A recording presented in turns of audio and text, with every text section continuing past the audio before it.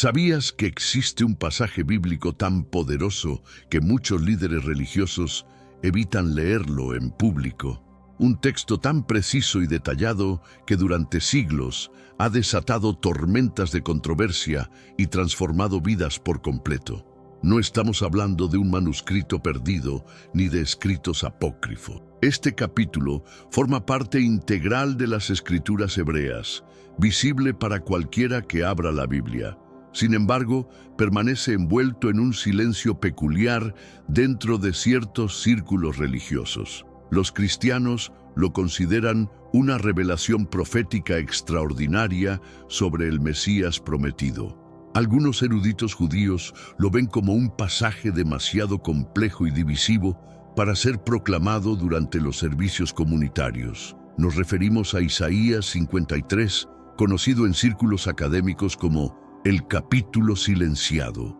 Hoy vamos a desentrañar sus misterios. Examinaremos cada versículo y descubriremos las razones reales por las que genera tanto debate. Permanece hasta el final, porque lo que estás a punto de descubrir podría transformar tu perspectiva para siempre. Antes de sumergirnos en la controversia, exploremos el contexto histórico fascinante que rodea este texto.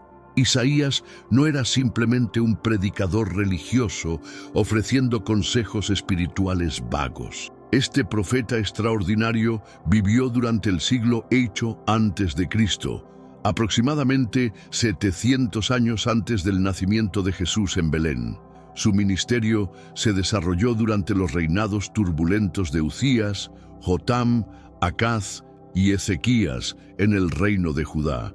Fue una época marcada por el caos político, el surgimiento de imperios amenazantes y el declive espiritual alarmante entre el pueblo elegido. Isaías funcionaba como un mensajero divino, portando advertencias específicas, llamados urgentes al arrepentimiento y visiones majestuosas del porvenir. Sus escritos, compuestos por 66 capítulos fascinantes, son frecuentemente denominados el Quinto Evangelio por los cristianos, debido a sus descripciones extraordinariamente claras sobre el Mesías venidero, sus padecimientos, su reino futuro y la redención que traería.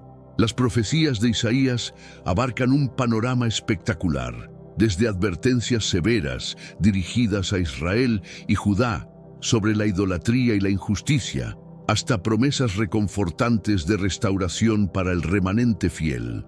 Incluyen visiones deslumbrantes de la gloria divina, como su famosa experiencia en Isaías 6, donde contempla al Señor elevado en las alturas mientras los serafines proclaman «Santo, Santo, Santo». Entretejidos a lo largo de sus escritos, encontramos retratos proféticos enigmáticos de una figura misteriosa conocida como el Siervo del Señor. Aquí es donde la historia se vuelve verdaderamente intrigante. El pueblo judío, tanto en tiempos antiguos como modernos, lee públicamente el libro de Isaías en las sinagogas, siguiendo un calendario anual establecido. Utilizan un sistema organizativo específico llamado el ciclo de Haftarot. No se trata de selecciones aleatorias, sino de una secuencia cuidadosamente estructurada de lecturas proféticas que acompañan las porciones semanales de la Torá. Imagínate esta escena. Estás presente en una sinagoga tradicional. Acabas de escuchar la porción correspondiente de la Torá para esa semana. Llega el momento de la lectura profética de Isaías. El lector despliega el pergamino y comienza la recitación desde el capítulo 52. Continúa hasta el versículo 12 y entonces, sin ninguna explicación audible, salta directamente al capítulo 54. Los versículos de Isaías 52:13 hasta 53:12 quedan completamente omitidos. ¿Por qué razón? ¿Qué motivo justificaría saltarse esa sección?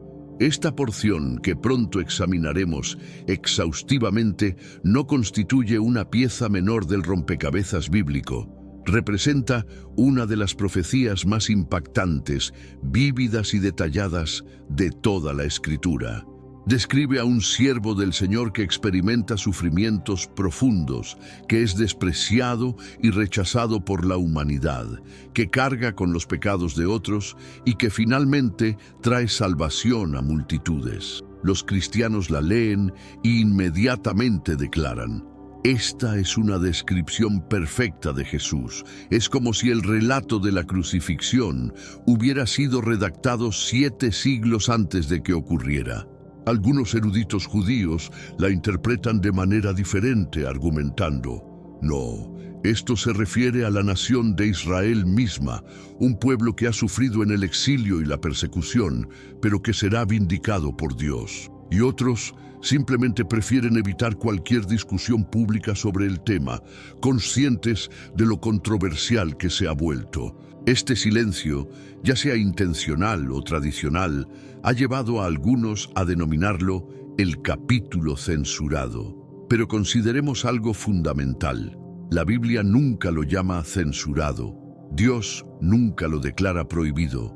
Permanece allí, en el mismo pergamino, esperando ser leído. Antes de analizar la historia, los debates o las razones por las que algunos lo evitan, en este mundo actual vemos cada vez más personas yendo en contra de los principios tradicionales y parece que lo inmoral está cada vez más presente. Es común sentirse desorientado y sin rumbo. Sin embargo, aún existe un camino para recuperar la verdadera esencia y restablecer los principios éticos en nuestra rutina diaria. Si te sientes perdido en medio de la confusión y deseas más claridad, tenemos algo especial para ti, un recurso creado especialmente para ayudarte a comprender el significado de estos desafíos actuales y enfrentarlos con sabiduría y valentía. Este es el verdadero valor de Caminos de la Revelación, descifrando la Biblia por completo, un camino hacia la claridad y la serenidad a través de sus enseñanzas. Lo mejor de todo es que está disponible ahora, en el primer comentario fijado. No pierdas esta oportunidad de transformar tu vida y descubrir el propósito genuino de estos desafíos. Ahora volvamos al tema principal del vídeo. Hagamos lo único que puede disipar toda confusión. Leámoslo nosotros mismos. Ahora que hemos establecido el contexto, es momento de escuchar las palabras que han conmovido corazones, dividido opiniones y transformado vidas durante más de 2700 años. Voy a leer desde Isaías 52:13 hasta 53:12. Mientras escuchas, te invito a visualizar la escena en tu mente. Imagina que estás oyendo esto por primera vez en la historia. Isaías 52:13. He aquí que mi siervo será prosperado, será engrandecido y exaltado, y será puesto muy en alto. Versículo 14. Como se asombraron de ti muchos, de tal manera fue desfigurado de los hombres su parecer, y su hermosura más que la de los hijos de los hombres. Versículo 15. Así asombrará él a muchas naciones. Los reyes cerrarán ante él la boca, porque verán lo que nunca les fue contado, y entenderán lo que jamás habían oído. Isaías 53:1. ¿Quién ha creído a nuestro anuncio? ¿Y sobre quién se ha manifestado el brazo de Jehová? Versículo 2. Subirá cual renuevo delante de él, y como raíz de tierra seca. No hay parecer en él, ni hermosura. Le veremos, mas sin atractivo para que le deseemos. Versículo 3. Despreciado y desechado entre los hombres, varón de dolores, experimentado en quebranto, y como que escondimos de él el rostro, fue menospreciado, y no lo estimamos. Versículo 4.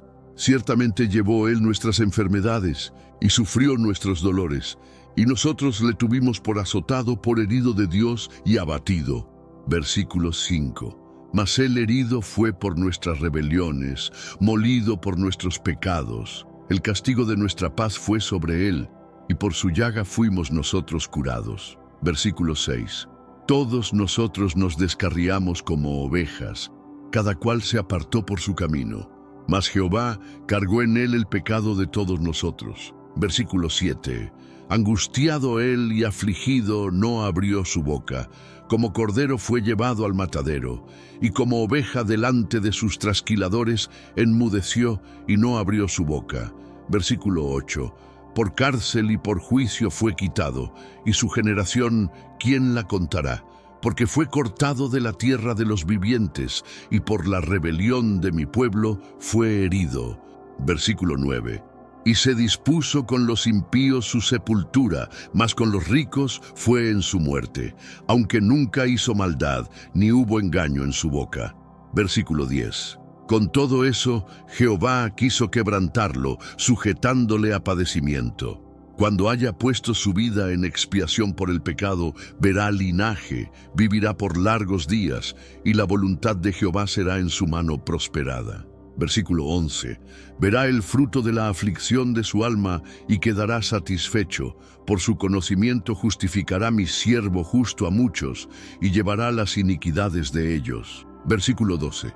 Por tanto, yo le daré parte con los grandes y con los fuertes repartirá despojos. Por cuanto derramó su vida hasta la muerte y fue contado con los pecadores, habiendo él llevado el pecado de muchos y orado por los transgresores. Ese es el capítulo completo. Ahora que lo has escuchado, quizás comprendas por qué algunos lo han llamado censurado. Porque una vez que estas palabras penetran en tus oídos, no puedes borrarlas.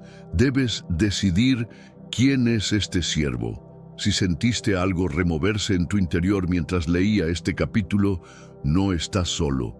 Durante más de 2000 años, personas de todas las procedencias, tanto judíos como gentiles, han luchado con el significado de este pasaje. Es una de esas escrituras extraordinarias que parece apuntar tan claramente en una dirección que todo el que la lee debe responder de alguna manera. Comencemos desde el principio.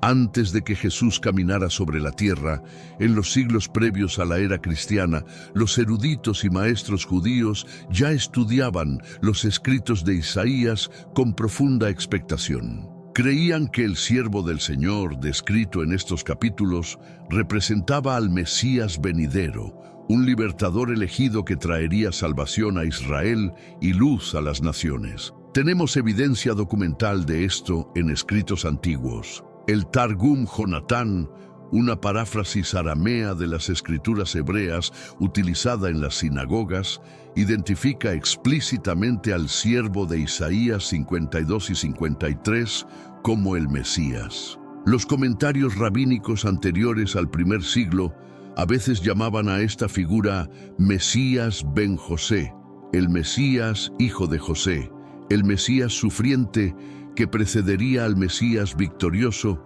hijo de David. Incluso los rollos del Mar Muerto, descubiertos en el siglo XX pero escritos hace más de 2000 años, contienen fragmentos de Isaías 53, demostrando que era bien conocido y estudiado mucho antes del nacimiento de Jesús. Esto significa que la profecía no fue insertada posteriormente.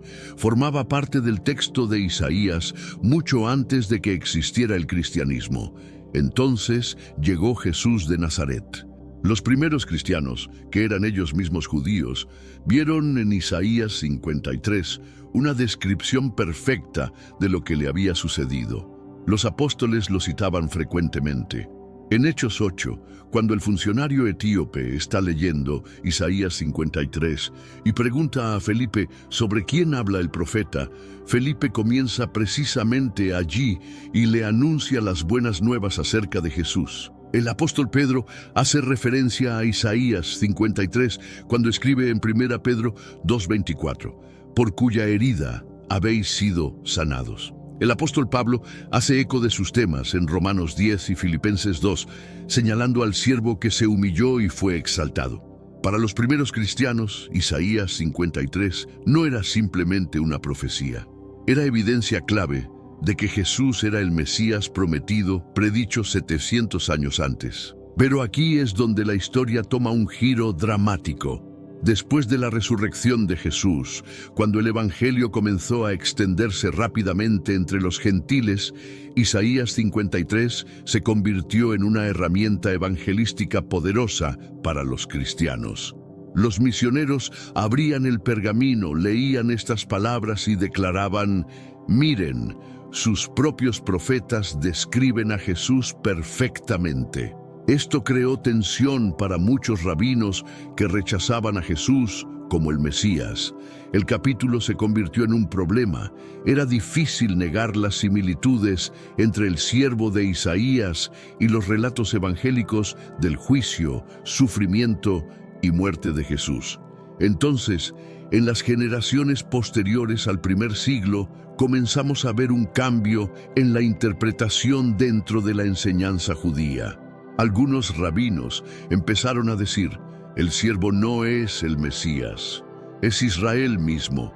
La nación ha sufrido en el exilio, despreciada y rechazada por las naciones, pero un día será vindicada por Dios.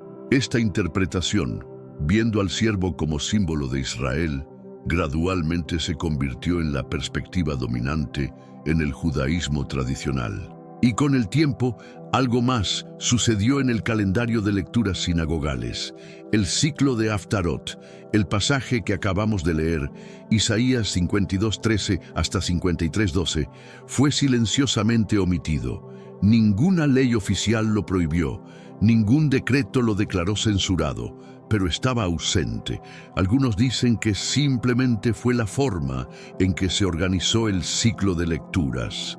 Otros admiten privadamente que leerlo en voz alta provocaba demasiadas preguntas sobre Jesús, preguntas que no podían responderse fácilmente sin confrontar la posibilidad de que la profecía apuntara directamente hacia él. Y así, en muchas sinagogas hasta el día de hoy, puedes pasar por todo el ciclo anual de lecturas y nunca escuchar Isaías 53 leído en voz alta durante el culto público. Reflexiona sobre esto. Un capítulo que los rabinos antiguos una vez abrazaron como mesiánico, un capítulo que los primeros cristianos proclamaron como cumplido en Jesús, ahora frecuentemente permanece en silencio en la liturgia judía, y por eso ha llegado a ser conocido, no oficialmente pero popularmente, como el capítulo censurado. La omisión de Isaías 53 no se explica oficialmente como censura. No encontrarás una ley rabínica que diga: no lean este capítulo. No existe prohibición escrita en el Talmud o la Mishnah que ordene mantenerse alejado de Isaías 53. Pero aquí está la realidad. En el calendario tradicional anual de Haftarot, esa serie ordenada de lecturas proféticas recitadas en las sinagogas cada sábado, Isaías 53 simplemente no está incluido. La lectura salta. Escucharás Isaías 52:1-12 una semana, y luego la siguiente semana continúa en Isaías 54. Los 12 versículos que componen Isaías 52:13, 53:12, todo el canto del siervo, quedan omitidos. Algunos rabinos modernos dirán: no es cuestión de teología, es simplemente como se organizó el horario hace siglos. Seguimos la tradición. Eso es posible. El ciclo de lecturas que tenemos hoy fue formalizado en la Edad Media, y la omisión pudo haber sido heredada sin mucho cuestionamiento. Pero otros, incluyendo algunos que han hablado extraoficialmente, admiten que leer Isaías 53 en voz alta en una congregación judía frecuentemente genera preguntas que son francamente incómodas para quienes rechazan a Jesús como el Mesías. Seamos honestos aquí. Si te pones de pie en una sinagoga hoy y lees un pasaje que habla de una figura que es despreciada y rechazada, que carga los pecados de otros, permanece silencioso ante sus acusadores, es ejecutado junto con los malvados, pero es sepultado en la tumba de un hombre rico. Bueno, muchas personas van a pensar en la crucifixión de Jesús. No tienes que ser cristiano para ver los paralelos. Solo necesitas conocer la historia del Viernes Santo. Y aquí está el corazón del asunto. Durante siglos, Isaías 53 ha sido uno de los pasajes más frecuentemente utilizados en el evangelismo cristiano dirigido al pueblo judío. Los misioneros han abierto la Biblia hebrea, leído estas palabras y preguntado: ¿a quién más podría estar describiendo esto? Los líderes judíos que no aceptan a Jesús comprensiblemente no quieren que este sea el punto de partida de la conversación. Y entonces, una forma de evitarlo es simplemente no leerlo públicamente en absoluto. Esto no es único del judaísmo. Seamos justos. La historia está llena de ejemplos donde personas de todas las religiones han omitido silenciosamente pasajes de sus propias escrituras que son difíciles, desafiantes o que no encajan con su teología preferida. Pero en el caso de Isaías 53, la omisión es especialmente llamativa debido a lo claro y detallado que es la profecía. No habla solo en términos poéticos vagos. Nombra específicos: el sufrimiento, el rechazo, la inocencia, la sustitución por el pecado, la muerte, el entierro e incluso la vindicación final de este siervo. El difunto erudito judío David Baron, quien escribió extensamente sobre la profecía mesiánica, una vez dijo: ninguna porción del Antiguo Testamento ha sido citada más frecuentemente en el Nuevo Testamento, ni ha sido más claramente cumplida en la persona y obra de Cristo que Isaías 53. Pero antes, comparte este video con alguien a quien aprecias. Nuestra misión más grande en la tierra es difundir la palabra del Señor. ¿Sabías que muchas personas carecen de conocimientos por falta de contenido adecuado? Envíalo a ese grupo de WhatsApp o públicalo en Facebook. Estoy seguro de que no te arrepentirás. Y si te gustan videos como este, comenta abajo: quiero más. Así sabré si realmente lo disfrutas y definitivamente traeré contenido nuevo similar. Por eso, cuando se lee sin comentarios, muchos oyentes, judíos o no, instintivamente conectan los puntos con Jesús. Y ese es el dilema para los rabinos que no lo aceptan. Lo lees y arriesgas que los miembros de tu congregación se pregunten: ¿podría esto ser sobre Jesús? ¿O sigues silenciosamente un horario que lo omite y esperas que la pregunta nunca surja? Quiero ser claro. Hay rabinos y eruditos judíos hoy que sí estudian y enseñan Isaías 53. Algunos lo abordan directamente, dando sus razones para ver al siervo como Israel en lugar de un Mesías individual. Otros participan en debates respetuosos con teólogos cristianos, y creo que ese tipo de discusión abierta es saludable e importante.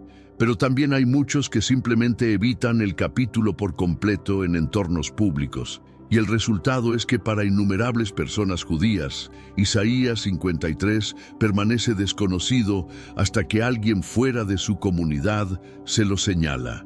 Y eso nos lleva a la pregunta que debemos enfrentar. Si este capítulo fue destinado por Dios para ser escuchado, entendido y para señalarnos hacia su plan de redención, entonces quizás el silencio que lo rodea no es solo cuestión de tradición, tal vez es cuestión de guerra espiritual.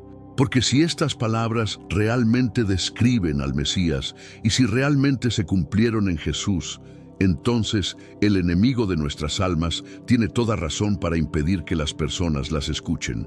Ahora que hemos leído Isaías 52, 13, 53, 12 en su totalidad, reduzcamos la velocidad y caminemos a través de él versículo por versículo. Quiero que veas cómo esta profecía, escrita alrededor de 700 años antes del nacimiento de Jesús, coincide exactamente con su vida, sufrimiento, muerte y resurrección tal como está registrado en el Nuevo Testamento.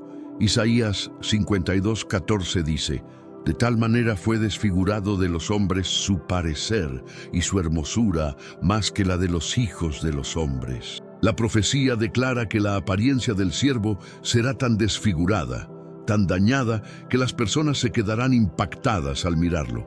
En Mateo 26:67 leemos: entonces le escupieron en el rostro y le dieron de puñetazos, y otros le abofeteaban. Y en Juan 19:1-3, así que entonces tomó Pilato a Jesús y le azotó. Y los soldados entretejieron una corona de espinas y la pusieron sobre su cabeza, y le vistieron con un manto de púrpura, y le decían: salve, rey de los judíos, y le daban de bofetadas. La flagelación romana era brutal. Un látigo incrustado con hueso y metal desgarraba la carne. Para cuando Jesús cargó su cruz, su espalda habría estado destrozada, su rostro hinchado por los golpes, su cabeza sangrando por las espinas. Esta era una apariencia desfigurada más allá del parecido humano. Isaías 53:3 dice: despreciado y desechado entre los hombres. El siervo no es honrado o celebrado, es despreciado, es rechazado. Juan 1:11 dice: a lo suyo vino, y los suyos no le recibieron. Desde los líderes religiosos conspirando su muerte hasta la multitud gritando: crucifícale, hasta sus propios discípulos abandonándolo en su hora de necesidad. Este fue rechazo en todos los niveles. Y nota que Isaías lo llama varón de dolores, experimentado en quebranto. Jesús lloró en la tumba de Lázaro. Se lamentó sobre Jerusalén, y en Getsemaní estaba extremadamente angustiado hasta la muerte. Isaías 53:4-5. Ciertamente llevó él nuestras enfermedades y sufrió nuestros dolores, mas él herido fue por nuestras rebeliones, molido por nuestros pecados.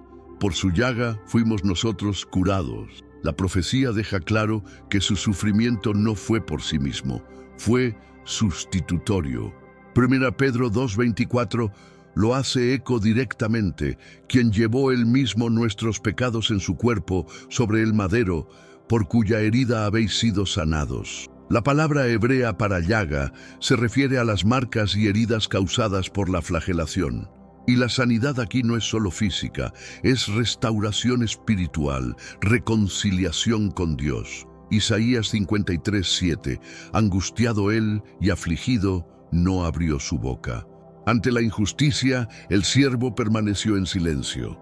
Mateo 27:14 dice de Jesús ante Pilato: pero no le respondió ni una palabra, de tal manera que el gobernador se maravillaba mucho. Esto es asombroso. Los juicios romanos eran brutales. Un hombre acusado normalmente rogaría, protestaría, suplicaría por su vida. Pero Jesús permaneció silencioso como un cordero siendo llevado al matadero, completamente sometido a la voluntad de su Padre. Isaías 53:9. Y se dispuso con los impíos su sepultura, mas con los ricos fue en su muerte. Las víctimas de la crucifixión usualmente eran arrojadas a una fosa común para criminales. Sin embargo, la profecía dice que este siervo estaría con los ricos en su muerte. Mateo 27:57-60 nos dice: José de Arimatea, un miembro rico del Sanedrín, pidió a Pilato el cuerpo de Jesús y lo puso en su propio sepulcro nuevo, cumpliendo exactamente las palabras de Isaías. Y el versículo nos recuerda que nunca hizo maldad, ni hubo engaño en su boca. Jesús fue sin pecado. Incluso sus enemigos testificaron que no podían encontrar falta en él. Isaías 53:10-11. Cuando haya puesto su vida en expiación por el pecado, mi siervo justo justificará a muchos. Esto es notable. La muerte del siervo se describe como una ofrenda por el pecado.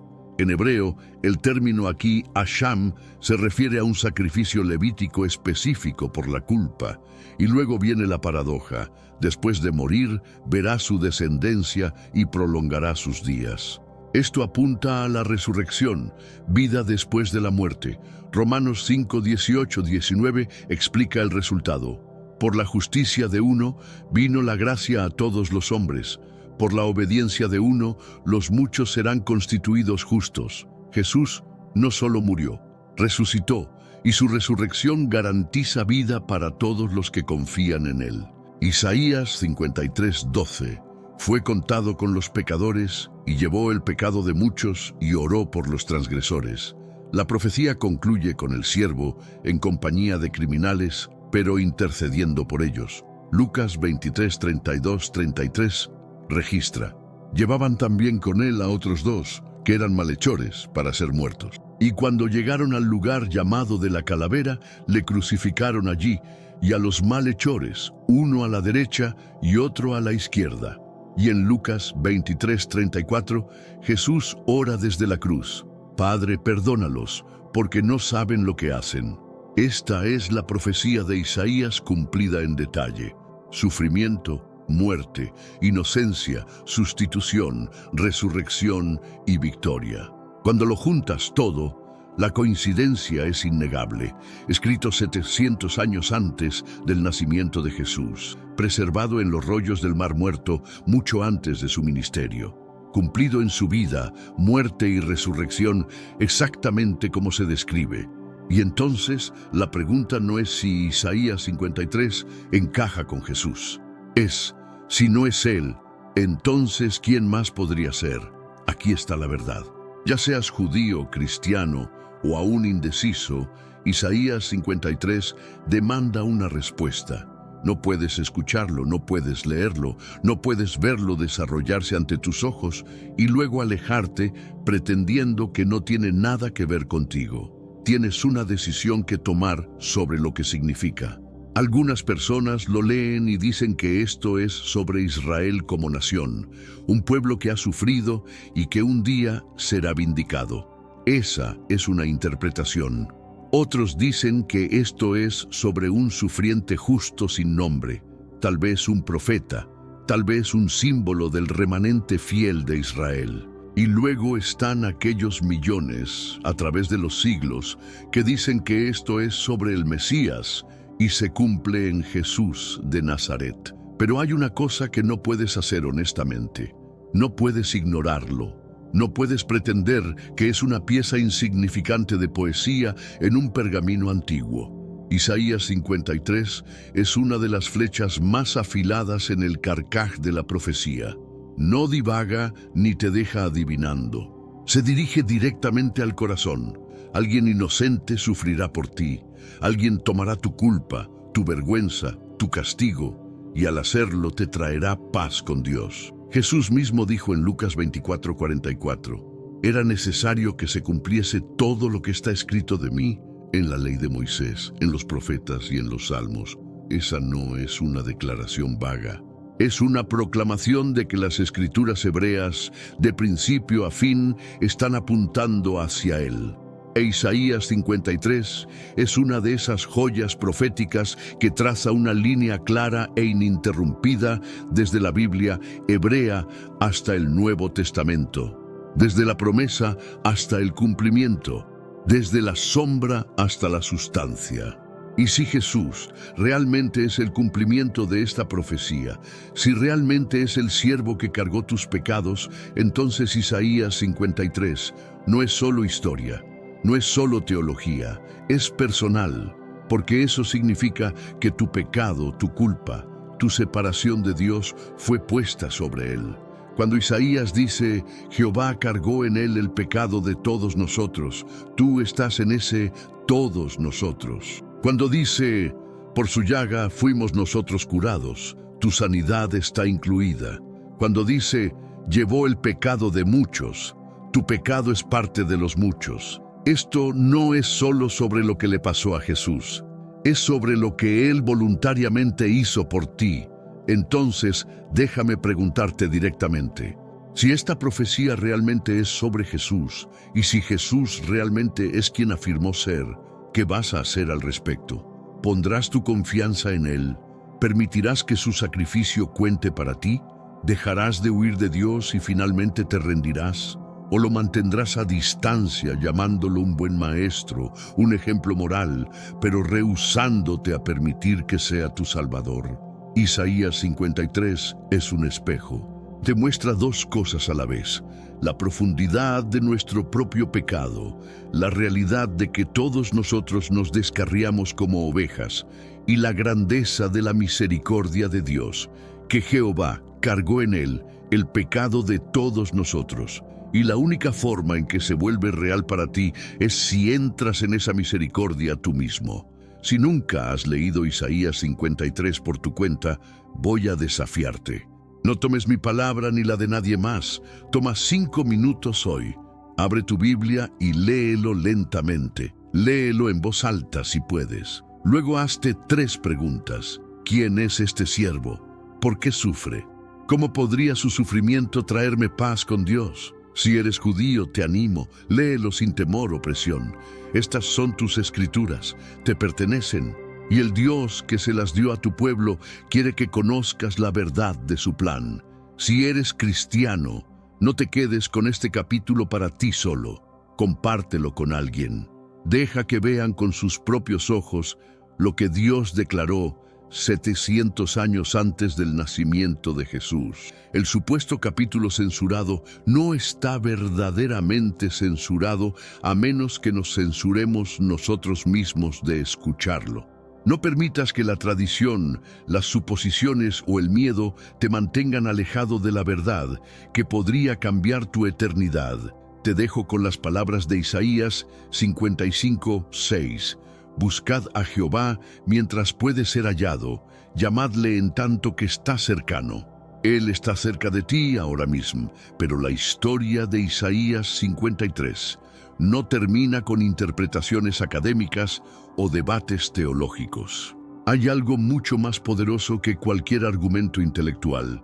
Los testimonios reales de personas cuyas vidas fueron completamente transformadas al leer este capítulo.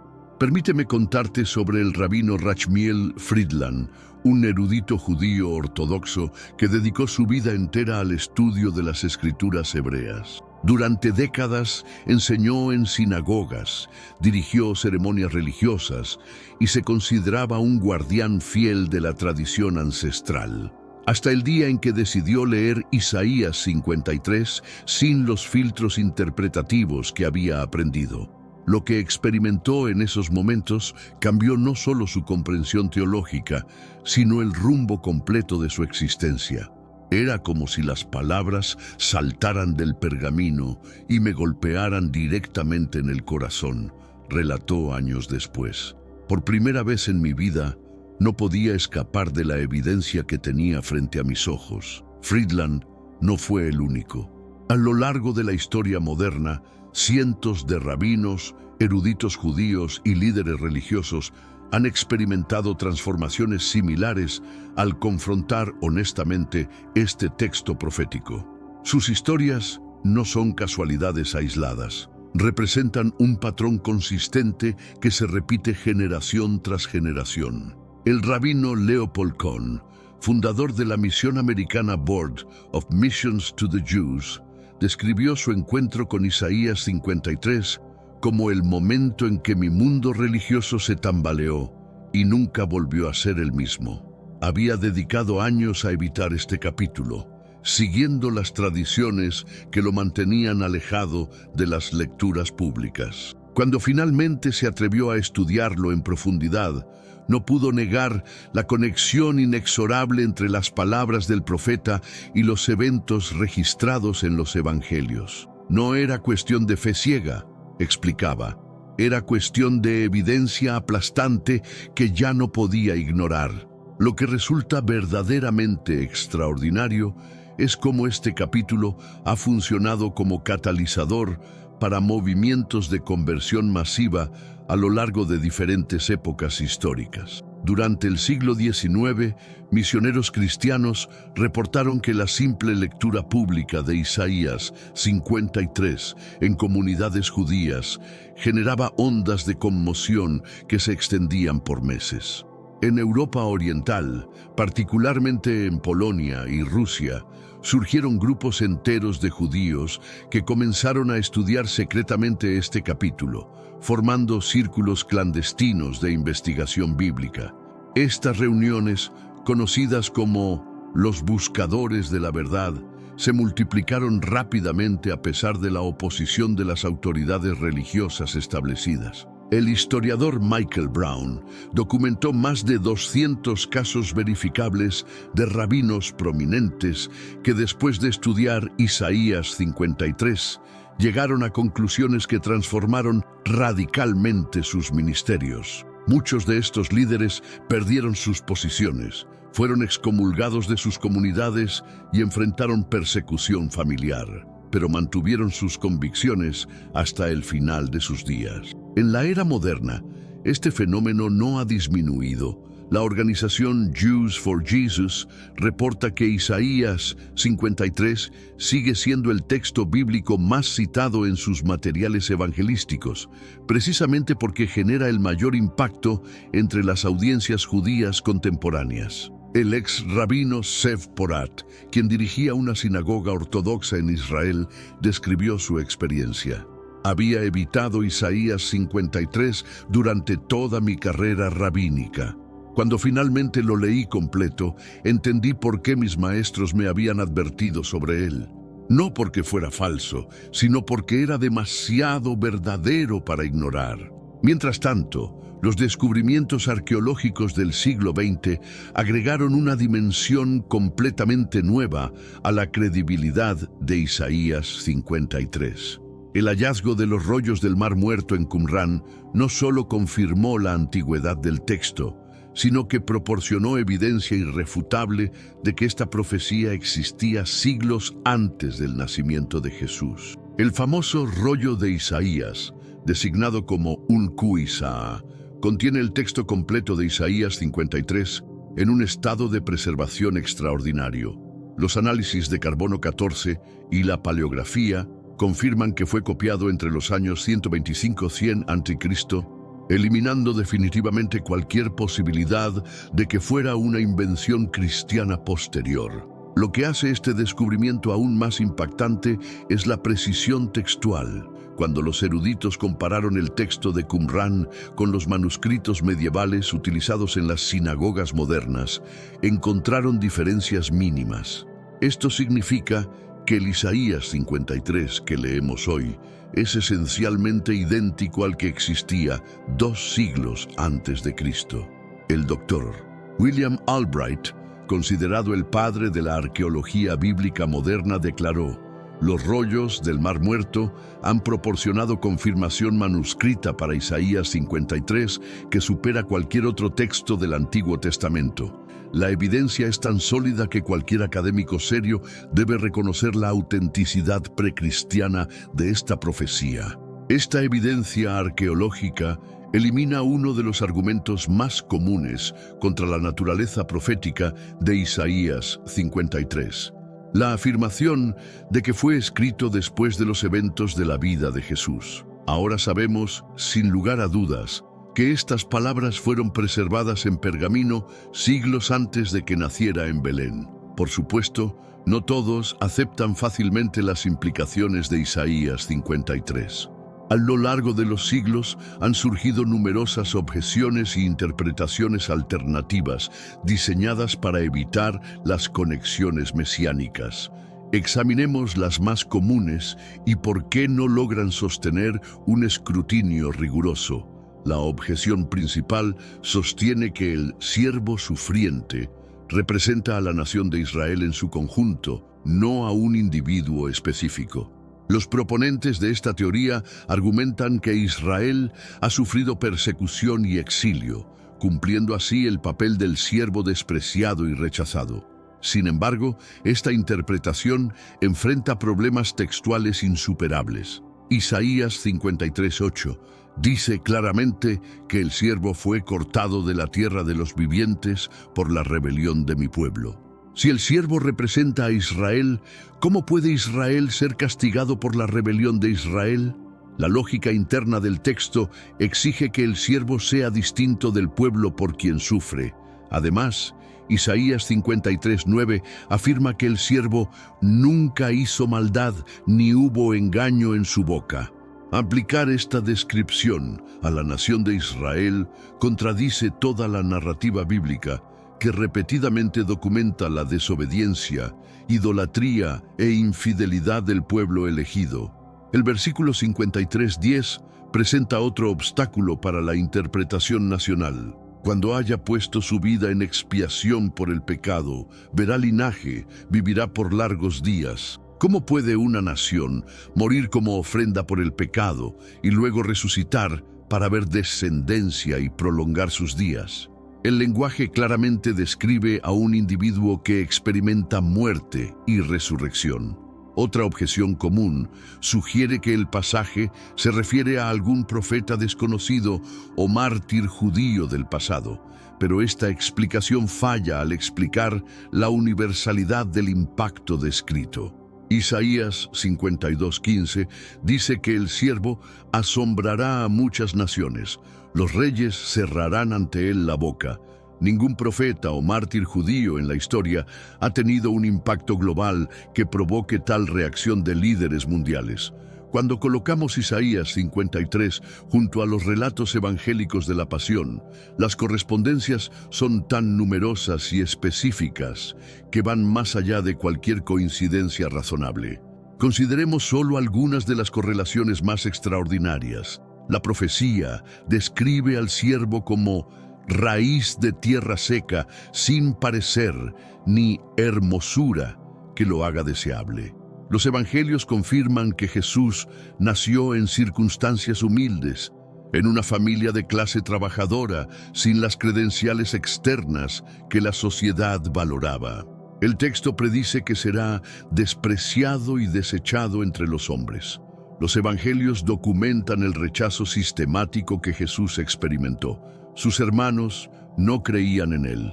Su ciudad natal lo rechazó. Los líderes religiosos conspiraron contra él. Y finalmente la multitud eligió liberar a un asesino antes que a él. La profecía especifica que permanecería silencioso ante sus acusadores como cordero llevado al matadero. Los relatos de la Pasión enfatizan repetidamente el silencio de Jesús durante sus juicios, asombrando a Pilato y frustrando a sus interrogadores.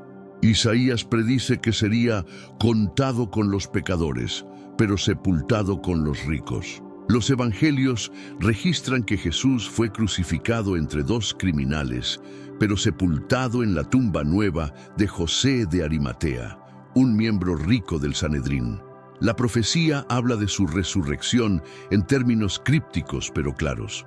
Después de hacer su vida en expiación por el pecado, verá linaje y prolongará sus días. Los evangelios y las epístolas apostólicas proclaman la resurrección de Jesús como el evento central del cristianismo.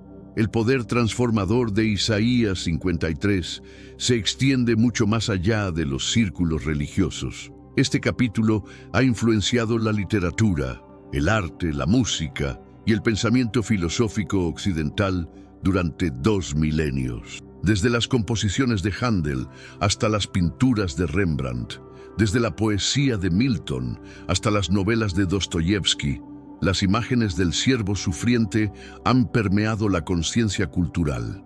La ópera El Mesías de Händel, una de las obras musicales más queridas de la historia, toma sus textos centrales directamente de Isaías 53.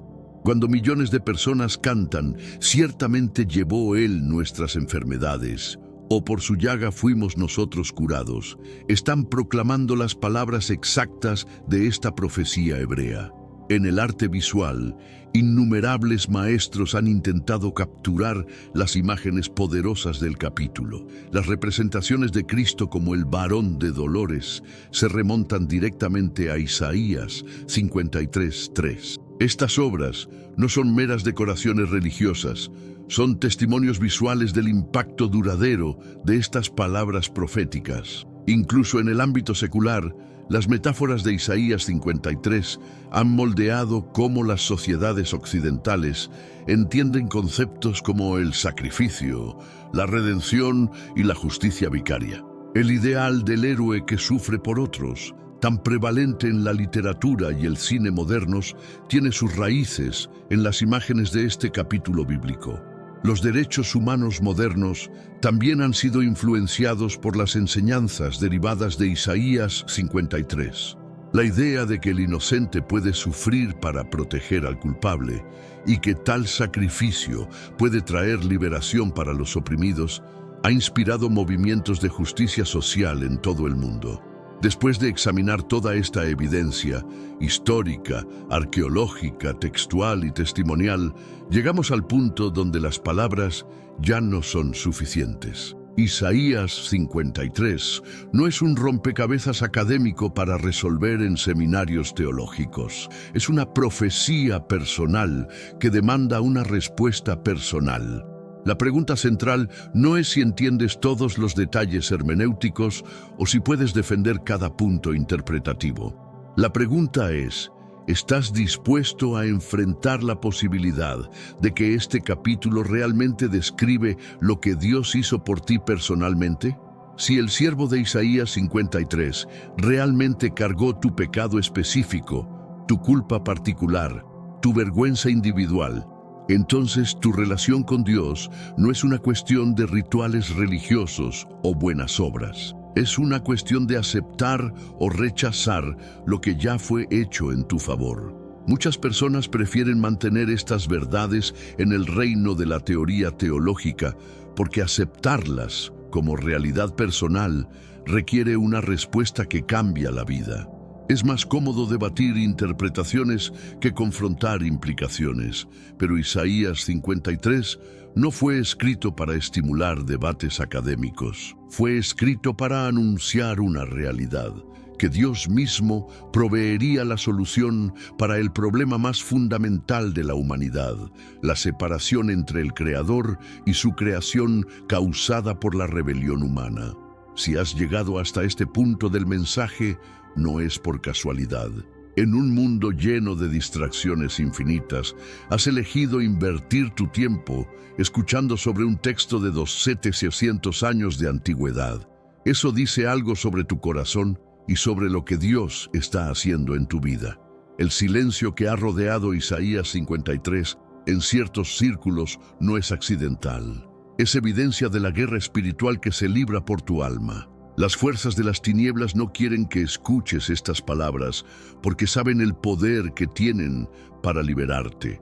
Pero hoy las has escuchado. Hoy la verdad ha penetrado las barreras del silencio y ha llegado a tus oídos. La pregunta ya no es si conoces el contenido de Isaías 53. La pregunta es: ¿qué vas a hacer con lo que ahora sabes? Algunos que escuchan este mensaje intentarán olvidarlo, regresando a sus vidas como si nada hubiera cambiado.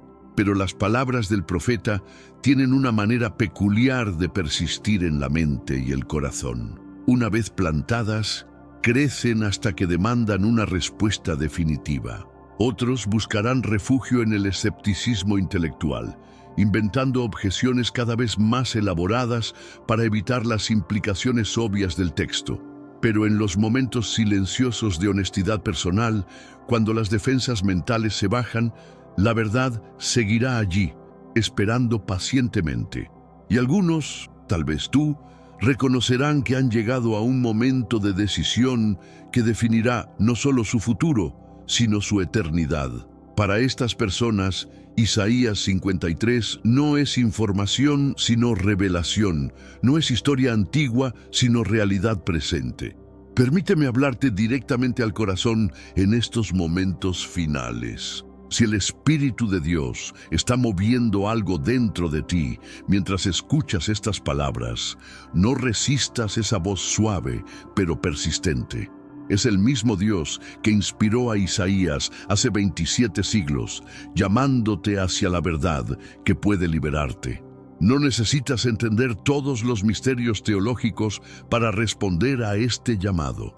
Los discípulos de Jesús no eran eruditos cuando decidieron seguirlo. Eran personas ordinarias que reconocieron la verdad extraordinaria cuando la encontraron. Tu respuesta no tiene que ser perfecta o completamente informada. Solo tiene que ser honesta. Si puedes decir: Dios, no entiendo todo, pero creo que Jesús es el siervo descrito en Isaías 53 y quiero que su sacrificio cuente para mí. Esa simple declaración puede cambiar tu destino eterno. La oración no necesita ser elocuente o formal. Puede ser tan simple como: Jesús, si realmente cargaste mis pecados como dice Isaías, entonces acepto tu sacrificio. Perdóname y hazme tu hijo. Dios escucha el corazón, no las palabras perfectas. Y si das ese paso de fe, recuerda que no estás solo en este viaje. Millones antes que tú han caminado este sendero de descubrimiento y transformación. La misma verdad que cambió sus vidas está disponible para cambiar la tuya. Piensa en esto.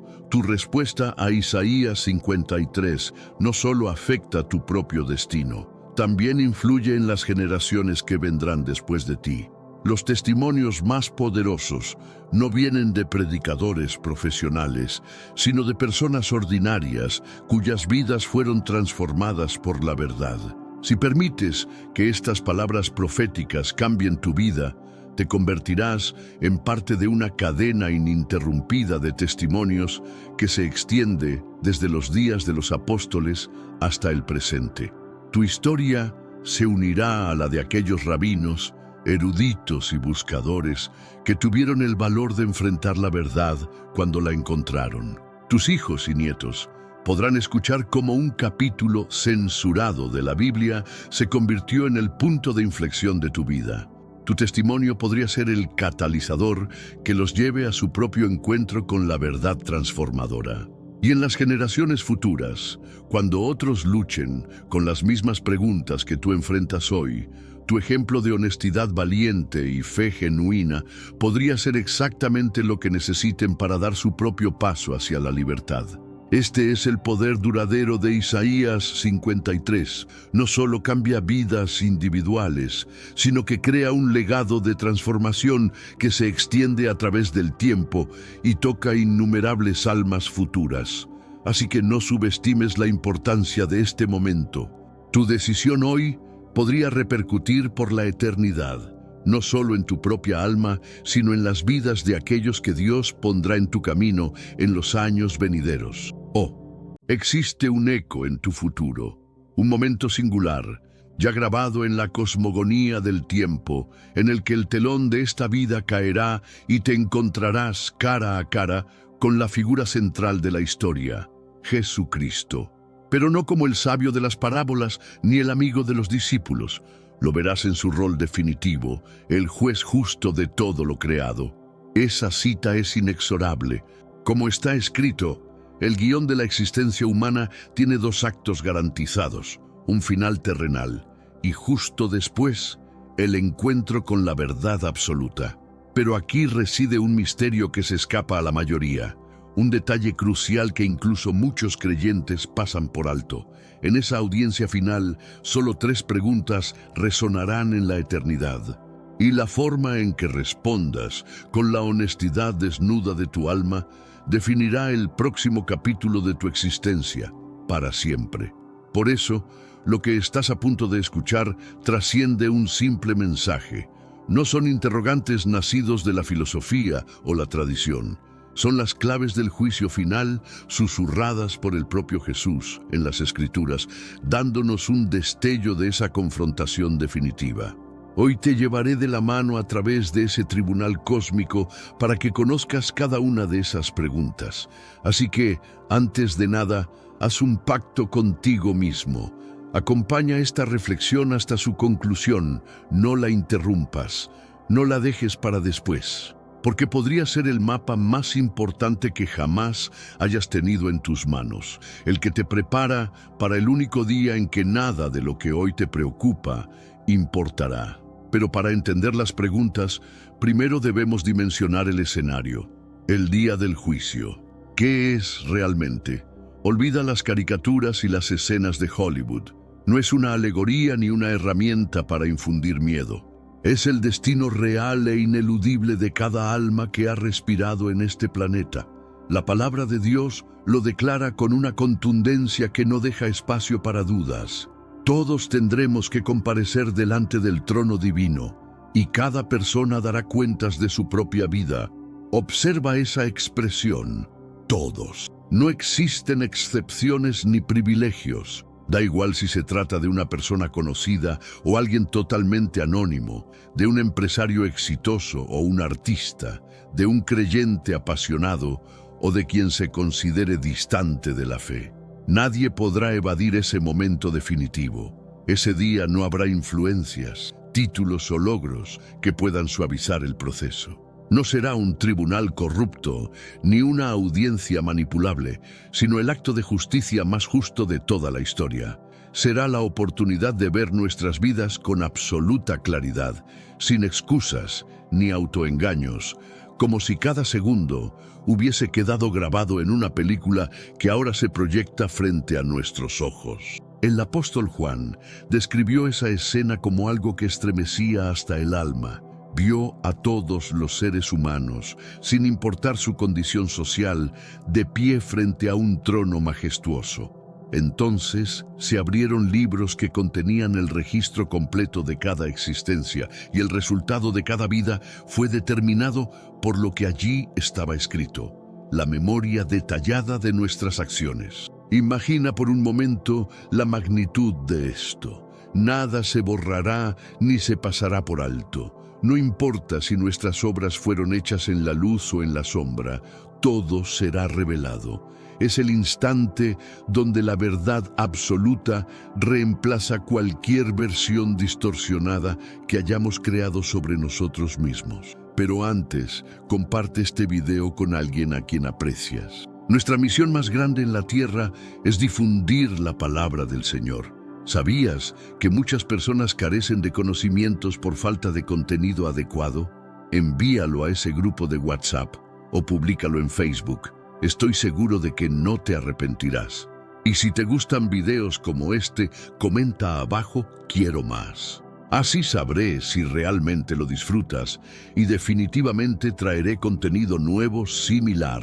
Cada decisión, cada palabra pronunciada, incluso aquellas que dijimos en silencio, y cada pensamiento oculto en el corazón, serán puestos a la vista. Porque Dios no solo observa lo que hacemos, también entiende lo que nos mueve por dentro. Ese será el día de la transparencia total, en el que ninguna máscara ni apariencia podrá sostenerse. Allí, nuestra verdadera esencia quedará expuesta ante aquel que nos conoce mejor que nosotros mismos. Y es precisamente esa realidad la que le da tanto peso a la eternidad. Todo aquello que hoy creemos que es irrelevante, lo que pensamos que nadie ve, tiene un valor eterno. Por eso, la Biblia nos invita a reflexionar desde ahora y no esperar a ese momento para reconocer lo que realmente importa.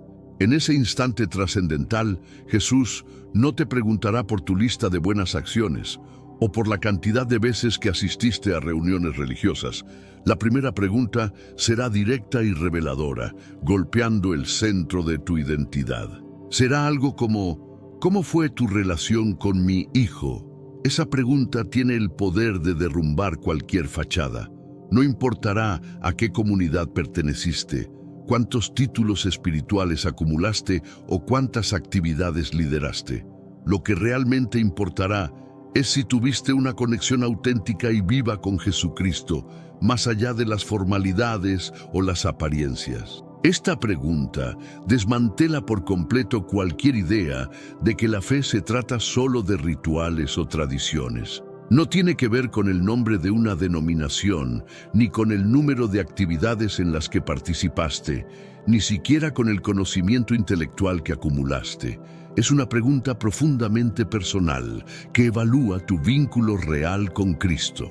Y cuando nos enfrentamos a esta verdad, en este mundo actual, vemos cada vez más personas yendo en contra de los principios tradicionales, y parece que lo inmoral está cada vez más presente. Es común sentirse desorientado y sin rumbo. Sin embargo, aún existe un camino para recuperar la verdadera esencia y restablecer los principios éticos en nuestra rutina diaria. Si te sientes perdido en medio de la confusión y deseas más claridad, tenemos algo especial para ti, un recurso creado especialmente para ayudarte a comprender el significado de estos desafíos actuales y enfrentarlos con sabiduría y valentía. Este es el verdadero valor de Caminos de la Revelación, descifrando la Biblia por completo, un camino hacia la claridad y la serenidad a través de sus enseñanzas. Lo mejor de todo es que está disponible ahora, en el primer comentario fijado. No pierdas esta oportunidad de transformar tu vida y descubrir el propósito genuino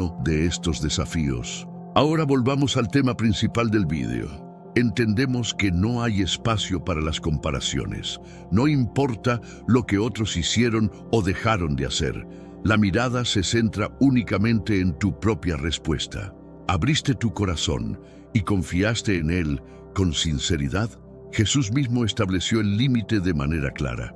Quien deposita su fe en mí ya ha pasado de la condena a la vida. Pero quien no lo hace ya vive bajo una sentencia autoimpuesta por no confiar en el nombre del Hijo de Dios. En otras palabras, la pregunta central es: ¿le entregaste tu confianza no solo como un concepto religioso, sino como el Señor que guía tu vida? La confianza en Jesús no se trata de un acto emocional pasajero, sino de una decisión constante que transforma nuestra manera de vivir. No es verlo como un personaje del pasado, sino como alguien real y presente que tiene el poder de dirigir nuestros pasos hoy. Las Escrituras lo expresan de forma contundente. Quien tiene al Hijo posee la vida. Quien no lo tiene, carece de ella. No existe un punto intermedio. Es una respuesta que define tu eternidad. Y Jesús fue categórico al cerrar todas las demás puertas. Yo soy el camino, la verdad y la vida. Nadie puede llegar al Padre si no es por mí. Estas palabras no buscan infundir temor, sino mostrar con amor que hay una única vía segura para nuestra salvación. No se trata de exclusión, sino de un regalo abierto para todos los que decidan aceptarlo. Por eso, el llamado de Jesús sigue vigente hoy: acercarse a Él con fe genuina y dejar que su gracia transforme por completo nuestra historia. Cuando Él te mire a los ojos y te pregunte: ¿qué hiciste conmigo?, no estará buscando un reporte de actividades. Lo que querrá saber es algo mucho más profundo.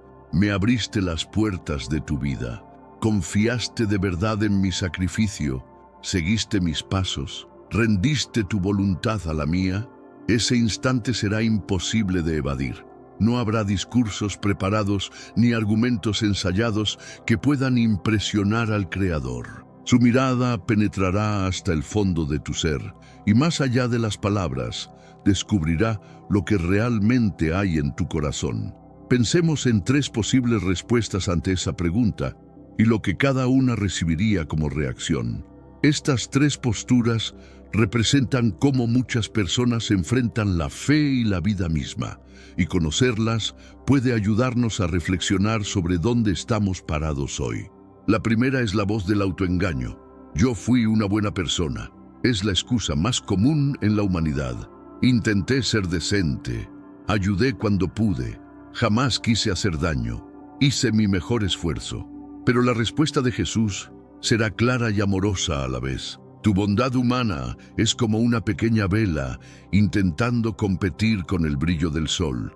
Por sí sola, jamás podrá sanar la brecha que el pecado provocó. Solo mi sacrificio tiene el poder de restaurar lo que se perdió. La justicia de Dios no se equilibra con buenas intenciones. Esto nos muestra que no se trata de acumular actos nobles esperando que compensen nuestras fallas. Por muy valiosos que sean, no alcanzan el estándar de perfección divina. La salvación no se compra con méritos personales. La segunda respuesta es la del activista religioso. Señor, yo estuve en tus filas, fui parte de tu comunidad, organicé actividades, serví en proyectos. Esta persona domina el lenguaje religioso, las canciones y las rutinas. Parece un soldado ejemplar, pero la respuesta de Jesús será un golpe a la realidad. Conocías información sobre mí, pero nunca tuviste una relación auténtica conmigo. Edificaste estructuras religiosas, pero jamás entraste en el lugar íntimo donde se construye una verdadera conexión. Es la advertencia que Él mismo dejó. Muchos me dirán: hicimos tanto en tu nombre, y yo tendré que responder: nunca tuvimos una relación real. Aquí queda claro que las actividades, por importantes que parezcan, no sustituyen la entrega del corazón.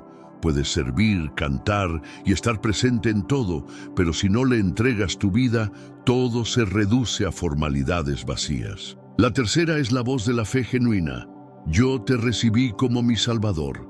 Esta persona no presume logros, reconoce su necesidad. Entendió que no podía salvarse por sí misma y depositó toda su confianza en Jesús y su obra en la cruz. Para esta alma, la respuesta será un abrazo eterno y la frase más esperada: bien hecho, siervo bueno y fiel. La celebración del cielo estaba aguardando tu llegada. Entra y comparte mi alegría. La salvación no es un trofeo por buen comportamiento, sino el regalo inmerecido que se recibe con gratitud. Este es el punto que cambia la historia de cualquier persona. Comprender que no se trata de lo que hicimos, sino de lo que Él ya hizo por nosotros. Cuando esa verdad penetra el corazón, todo cobra un sentido diferente. Ahora la pregunta es personal. Si esa entrevista fuese hoy, ¿cuál sería tu respuesta? ¿Llevarías una lista de obras o podrías decir con confianza: Señor, mi vida es tuya? Esa es la única respuesta que abre las puertas de la eternidad. Si al escuchar esto sientes un vacío, no lo veas como condena, sino como una oportunidad. Mientras tengas aliento, la gracia de Dios sigue abierta para ti. Él no vino a señalarte con el dedo, vino a ofrecerte un camino de vida. Su entrega fue para que puedas decir con libertad: Jesús, me rindo a ti. Una vez que se establezca el fundamento de tu destino eterno, habrá una segunda pregunta. Esta no girará en torno a tu entrada al cielo, sino a cómo administraste tu vida en la tierra. Tendrá que ver con tu propósito, tus decisiones y el impacto que dejaste en otros. Esa pregunta será igual de personal. No podrás compararte con nadie ni justificarte con las circunstancias. Cada uno deberá responder por lo que hizo con lo que le fue confiado. La segunda pregunta que resonará en ese momento será: ¿qué hiciste con los dones que puse en tus manos? Esto será una revisión completa de tu administración, tu tiempo, tus habilidades, tus recursos, tu influencia, tu energía, todo lo que recibiste. Porque, seamos honestos, nada de eso lo obtuvimos por mérito propio. ¿Acaso diseñamos nuestros talentos o elegimos dónde nacer? Cada aspecto de nuestra vida es un préstamo divino. La cuestión es: ¿lo invertimos en los planes de su dueño? Este pensamiento nos confronta de inmediato, porque muestra que todo lo que tenemos tiene un propósito eterno. Lo que hagamos con nuestros talentos y oportunidades tendrá un eco más grande del que podemos imaginar. Jesús explicó esta verdad en la parábola de los talentos. Un hombre de gran riqueza confía su fortuna a 3 empleados, otorgando a cada uno según su capacidad. Cuando regresa, les pide cuentas. Aquellos que trabajaron y multiplicaron la inversión son elogiados, pero el que por miedo escondió lo recibido y no hizo nada, pierde todo. Su error no fue malgastar, sino no actuar. Esta historia nos enseña que quedarse inmóvil es tan grave como usar mal lo que Dios nos confió. La pasividad también genera pérdida. Por eso es vital no desaprovechar lo que Él nos da. La regla del cielo es clara: a quien mucho se le da, mucho se le pedirá. Dios no te evaluará según los parámetros de otra persona. La pregunta será exclusiva para ti. ¿Qué hiciste con lo que yo puse en tus manos? Y no solo se revisará el qué, sino también el por qué. Las motivaciones quedarán al descubierto. ¿Trabajaste para expandir su reino o para alimentar tu propio orgullo? ¿Buscaste su aprobación o la admiración de los demás? Esta es una invitación a examinar nuestras intenciones. Incluso las acciones más buenas pierden valor si están contaminadas de egoísmo. El corazón detrás de lo que hacemos es tan importante como el resultado. Piensa en el músico talentoso que utilizó su arte únicamente para buscar fama y reconocimiento, sin dedicar nunca una canción para honrar a Dios ni inspirar a otros hacia Él. Su don quedó atrapado en el orgullo. Ahora imagina a esa trabajadora anónima de oficina que con humildad usaba su habilidad para escuchar a los demás, consolaba a compañeros en silencio, oraba por su entorno y vivía con integridad cada día. A los ojos de Dios, esa inversión tiene un valor incalculable. La grandeza, desde la perspectiva divina, no se mide por el aplauso ni por la visibilidad. Muchas veces los actos invisibles de amor y fidelidad son los que generan el mayor impacto en la eternidad. Piensa en el padre que invierte sus tardes no en sus hobbies, sino en forjar el carácter de sus hijos, enseñándoles a amar a Dios y al prójimo. Quizás nunca escriba un libro ni dé una conferencia, pero en la bolsa de valores del cielo sus acciones se disparan. Está discipulando a la siguiente generación de gigantes espirituales. A Dios no le impresionan los fuegos artificiales. Él busca la fidelidad en la llama pequeña, pero constante. Algunos levantan enormes organizaciones y en el camino pierden a Dios. Otros viven vidas sencillas que provocan terremotos en la eternidad, simplemente por ser fieles en lo poco. Jesús no te preguntará si fuiste el más talentoso, te preguntará si fuiste el más fiel con el talento que te tocó. ¿Invertiste tus minutos en la eternidad, en personas, en amor? ¿O se te escaparon en el pozo sin fondo de la distracción, la preocupación y la vanidad? Así que, sé honesto. ¿Estás multiplicando tu capital divino? ¿O lo tienes enterrado en el jardín del mañana, del no estoy listo o del primero yo? No necesitas un escenario para servir, ni un título para impactar. Solo necesitas un corazón rendido y el coraje de poner a trabajar lo que ya tienes. Y finalmente, tras haber sondeado tu fe y tu fidelidad, Jesús llega al crisol de todo. La última pregunta. Esta no tiene que ver con dogmas ni con obras. Tiene que ver con la temperatura de tu corazón. Va más allá de lo que creíste o lo que hiciste para medir cuánto de su amor se hizo carne en ti. Pero un momento, si estas palabras están resonando en tu interior, si están reajustando tu brújula espiritual, te invito a hacer algo más que escuchar. Suscríbete a este canal.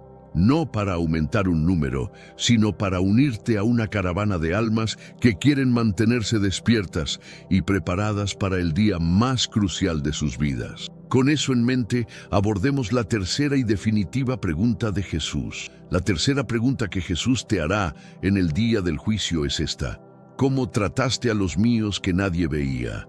Esta es la prueba de fuego del amor. No el amor de tarjeta postal, sino el amor tangible, el que se arremanga, el que huele a servicio, el amor que se detiene ante el roto, el invisible, el marginado. El amor con el ADN de Jesús.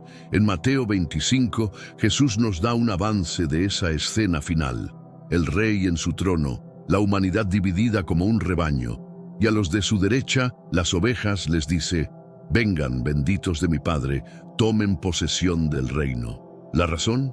Porque tuve hambre y compartiste tu pan conmigo. Tuve sed y me diste de beber. Fui un extraño y me abriste tu puerta. Estuve desnudo, enfermo, en prisión y viniste a verme. Cuando los justos, perplejos, preguntan: Señor, ¿cuándo te vimos así? La respuesta de Jesús redefine la caridad para siempre. Les aseguro que cada vez que lo hicieron por uno de estos mis hermanos más pequeños, lo estaban haciendo por mí. Jesús fusiona su identidad con la del vulnerable. No dice, lo hiciste para ellos, sino me lo hiciste a mí. En el rostro del huérfano, del inmigrante, del adicto, del anciano solitario, Él ve un reflejo del suyo. Darles la espalda a ellos es dársela a Él. Acogerlos a ellos es acogerlo a Él. Es la misma verdad radical que encontramos en la primera carta de Juan. Quien dice amar a Dios, a quien no ve, pero desprecia a su hermano, a quien sí ve, es un mentiroso. Tu amor vertical a Dios se verifica en tu amor horizontal a las personas, especialmente a aquellas que no pueden darte nada a cambio. ¿Y quiénes son estos pequeños? Son los rostros anónimos en los telediarios, los niños sin un hogar seguro, las viudas que luchan en silencio, los inmigrantes que enfrentan sospecha y desprecio, los que están encarcelados no solo tras barrotes físicos, sino en las prisiones de la depresión, la ansiedad y la vergüenza. Son los que el mundo etiqueta como un caso perdido. Jesús no te preguntará si firmaste un cheque. te preguntará si abriste tu corazón. Amor cuando era costoso, servicio cuando nadie aplaudía, compasión cuando era inconveniente. Cualquiera puede ser generoso frente a una cámara, pero el amor que conmueve el corazón de Dios es el que se practica en secreto, el que interrumpe tu agenda, el que te hace sentir incómodo. Ese es el amor que Él nos modeló. Al final, a Dios no le importa tu coeficiente intelectual, sino tu coeficiente de compasión. No llevará la cuenta de tus reuniones religiosas, sino de las vidas que tocaste con su ternura. Puedes ser un experto en la Biblia, pero si tu corazón es una piedra, todo tu conocimiento es solo ruido. Así que, cuando Jesús examine el largometraje de tu vida, ¿encontrará escenas de amor real? No un amor perfecto, pero sí un amor persistente, un amor práctico por la gente que Él ama con locura. Porque en ese día, la gran división no será entre ricos y pobres, o sabios e ignorantes. Será entre los que aprendieron a ver y amar a Jesús en el rostro del prójimo, y los que vivieron ciegos a esa revelación. Esa es la prueba final, y tu vida, ahora mismo, está escribiendo la respuesta. Estas 3 preguntas no son un ejercicio teórico para un futuro lejano. Son un espejo para tu alma, hoy. Tómate un segundo, respira hondo y mírate en él. ¿Puedes responder con paz a estas 3 cuestiones? ¿Has acogido a Jesús como el Señor y Salvador de tu vida? No solo como una figura admirable, sino como el dueño de tu corazón. ¿Confías plenamente en su obra y no en la tuya para tu salvación? ¿Has puesto a trabajar para su reino los dones que te ha dado? ¿O los tienes guardados por miedo, pereza o egoísmo? Y finalmente, ¿se refleja su amor en cómo tratas a los demás, especialmente a los más frágiles? ¿Tu vida es un testimonio, aunque imperfecto, de su compasión? Si tus respuestas son afirmativas, ánimo, sigue, adelante, mantente fiel. Estás en el camino correcto. Pero si has dudado, si un silencio incómodo ha llenado tu corazón, la mejor noticia del universo es esta. La llamada de Jesús sigue activa para ti. Y no es una llamada de juicio, sino de gracia. La puerta de la misericordia no se ha cerrado. Mientras respires, no es tarde. Su perdón es más grande que tu fracaso. Y hoy puede ser el día en que empieces a escribir una nueva respuesta para la eternidad. Si estás listo para dar ese paso, para decirle sí a Jesús con todo tu ser, te invito a que hagas tuya esta conversación con Él, ahí donde estás. Señor Jesús, hoy reconozco mi necesidad de ti. Acepto que mi vida sin ti está vacía. Creo que tu muerte en la cruz fue mi rescate y tu resurrección es mi esperanza. Hoy te abro la puerta de mi vida. Te recibo como mi Señor y mi Salvador. Perdona todo mi pasado, límpiame y hazme tuyo. Te entrego el control. Gracias por tu amor incondicional. Amén. Si esta oración ha nacido de la sinceridad de tu corazón, una fiesta ha estallado en el cielo y aquí en la tierra lo celebramos contigo. Tu identidad ha cambiado para siempre. Le perteneces. Nos encantaría que lo compartieras en los comentarios, simplemente escribiendo, he vuelto a casa. Tu testimonio puede ser el faro que otra persona necesita ver hoy. Y si este mensaje ha encendido una luz en tu interior, no te la guardes. Compártela. Envíala a esa persona que amas, a ese amigo que está buscando respuestas. La eternidad es un tesoro demasiado grande para mantenerlo en secreto. Y por supuesto, suscríbete. No dejes que tu corazón se enfríe. Únete a esta comunidad para que juntos mantengamos la llama viva, fortaleciendo nuestra fe y preparando nuestra alma para el único encuentro que de verdad importa. Que el Señor te bendiga y te proteja en tu caminar. Que su rostro ilumine tu senda y te llene de una paz que sobrepasa todo entendimiento, hoy y siempre. Pero espera, tu viaje no termina con esa oración. De hecho, acaba de comenzar.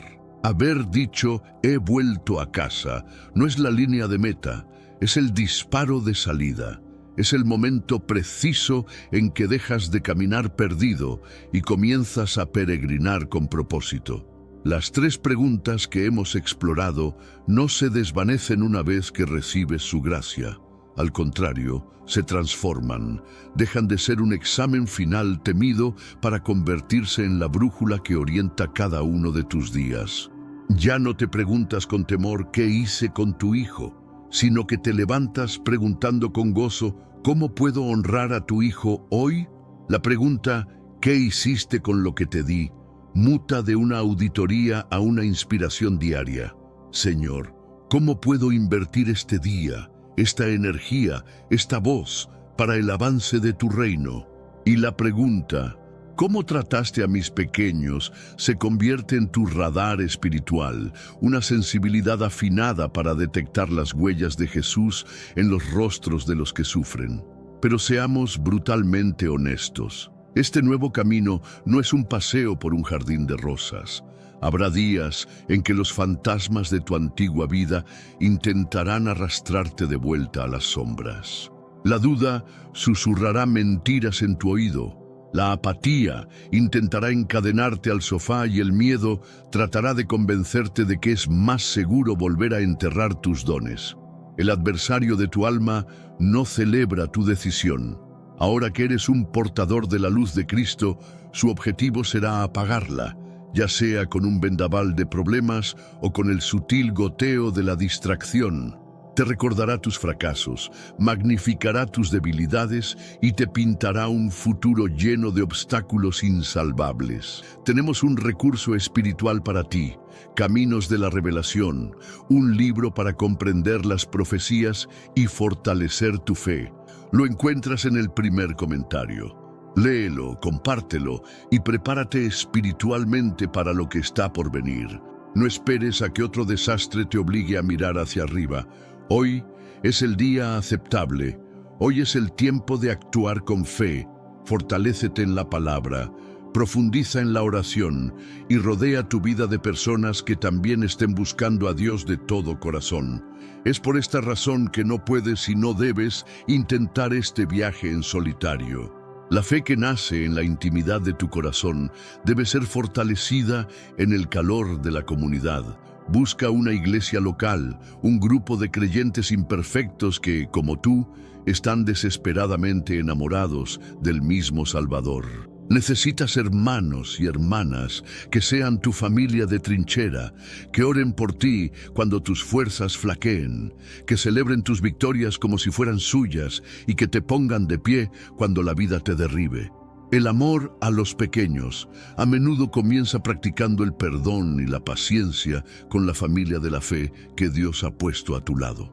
Recuerda siempre que esta vida es una maratón, no una carrera de 100 metros. Habrá tramos de un cansancio extenuante, cuestas empinadas que te dejarán sin aliento y tormentas que aparecerán sin previo aviso. Pero la promesa inquebrantable es que ya no corres con tus propias fuerzas. El mismo poder que resucitó a Jesús de la tumba ahora reside en ti, dándote la capacidad de perseverar. Así que aférrate a su palabra como si fuera tu mapa, a la oración como tu línea de comunicación directa con el cuartel general y a la comunión con otros creyentes como tu equipo de apoyo vital. Cada día que eliges la integridad sobre la conveniencia, la generosidad sobre la acumulación y el amor sobre la indiferencia, estás enviando tesoros al cielo y entonces un día llegará esa cita en el calendario de la eternidad, pero ya no la esperarás con pánico, sino con la emoción de un hijo que vuelve a casa. Te presentarás ante el trono y tu corazón no latirá con miedo, sino con un amor reverente.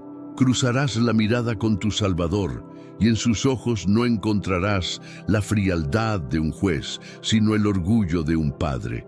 Él verá las cicatrices de tus luchas, el sudor de tu servicio fiel y el rastro de las lágrimas que derramaste por otros. Y en el silencio sobrecogedor y glorioso de la eternidad, escucharás por fin las palabras que tu alma fue creada para oír, no como un veredicto, sino como una bienvenida. Lo has hecho maravillosamente, mi siervo bueno y fiel. En lo poco me demostraste tu amor, ahora te confiaré lo mucho. Entra, la fiesta en tu honor está a punto de comenzar. Y en ese instante comprenderás que cada paso, cada renuncia y cada acto de amor, por pequeño que pareciera, tuvo un eco eterno. Esa fiesta no será un evento silencioso y solemne. La Biblia la describe como un banquete de bodas, la celebración más alegre y extravagante que la creación jamás haya presenciado. Será un torrente de gozo puro, sin la mancha de la tristeza o el miedo. Imagina reencontrarte allí con aquellos a quienes guiaste a Cristo, las almas que fueron tocadas por tu fidelidad, los pequeños a quienes serviste y que llegaron antes que tú. Sus abrazos serán parte de tu recompensa. No confundas esta recompensa con la salvación. La salvación es un regalo gratuito, comprado por la sangre de Cristo y recibido por fe. Pero las recompensas son distintas. Son el reconocimiento del Padre por cómo gestionamos ese regalo. Son las coronas que se nos entregarán, no para nuestra propia gloria, sino para tener algo de valor que arrojar a los pies de aquel que lo merece todo.